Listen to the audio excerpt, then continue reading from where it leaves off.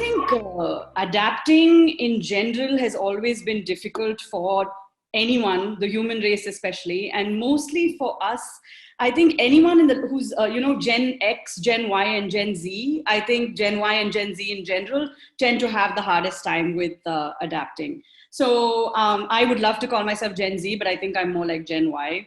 So on the earlier side of the millennials. But the reason I give the millennials a context here is because most of us are very used to having things set out. Like we have 5-year plans and we have 10-year plans, and then we have our parents or our jobs or our education or all the boxes that we tick off to kind of ensure that we have a smooth life, if you will, and smooth trajectory into whatever goals we hope to accomplish.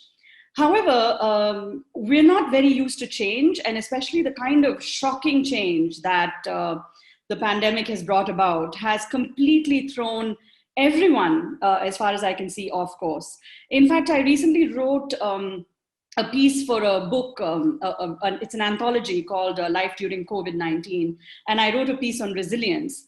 Because for me, technically, COVID-19 started when, COVID-19, if you will, started when I was 18 years old, a very long time ago.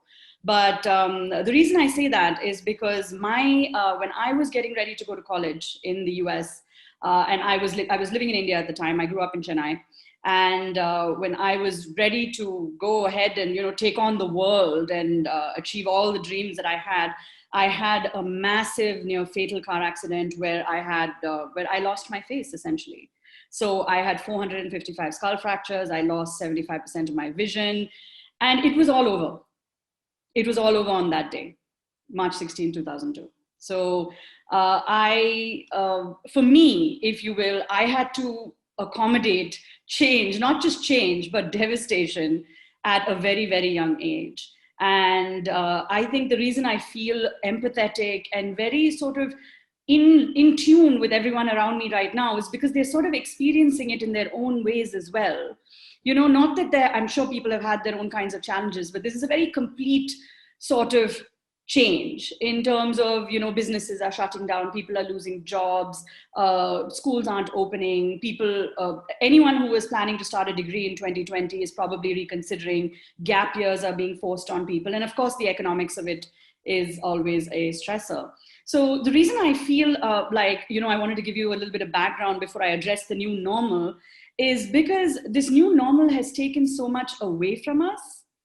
And we're actually, all of us are experiencing a sense of loss and a sense of grief, which has to be acknowledged before we can, sort of blend into the new normal.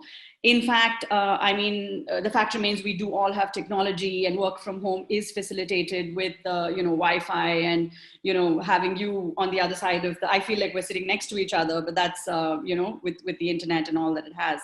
But I think a lot of people are sort of used to meeting and greeting and exchanging words and having conversations. And, now everything seems to have become so impersonal, and everyone's living in this bubble. And most of the time, our sense of self is often validated by people around us. And now there's nobody.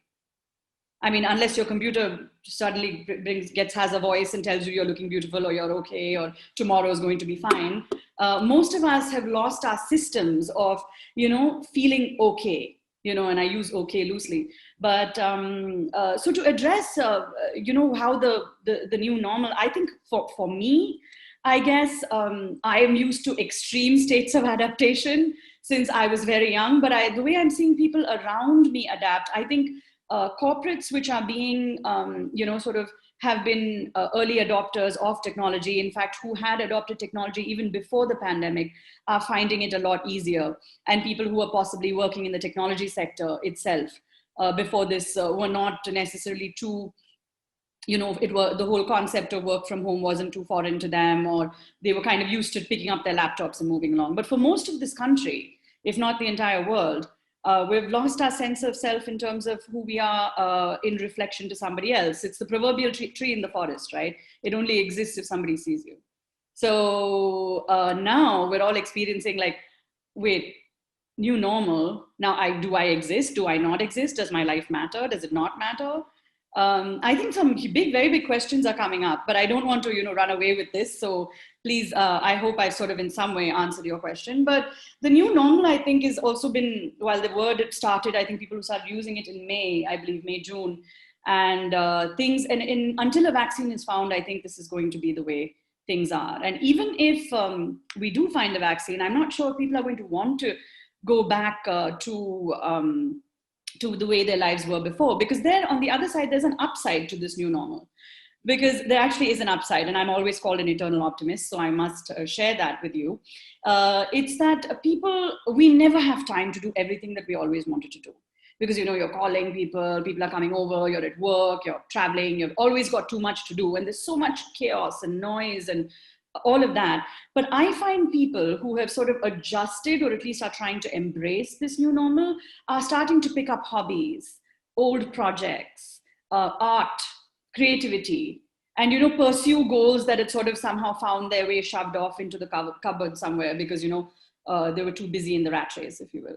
So, I think there's an upside and there's a downside to it. But I think the biggest question that people are being confronted with is, how comfortable are you with yourself? Right? The question is, are you your own best company? And most people aren't, or at least they may be their own best company, they just don't know it. So most people have a really hard time being alone, especially in India, since we have so many people. But I'm just saying, a lot of people have a very hard time being alone. And I wanted to sort of reflect on this a little bit, because I've lived in the West for a significant amount of time. I spent 10 years in the US. And this was more in line with when my accident happened. I had to travel to the US to have surgery, because no one could do the kind of complex surgery that was needed here.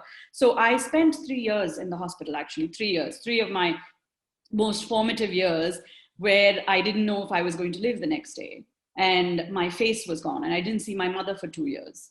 And my father used to come and go, because he had to travel to and from India to support the situation. So I've seen this before in a different context, obviously, and I had to become my own best friend. And I had to be okay with, my own company if I had to live. And to be honest, I think that is the most important foundation of the new normal, is that, are you okay on your own? Or do you really just need somebody else to tell you, okay, you're fine?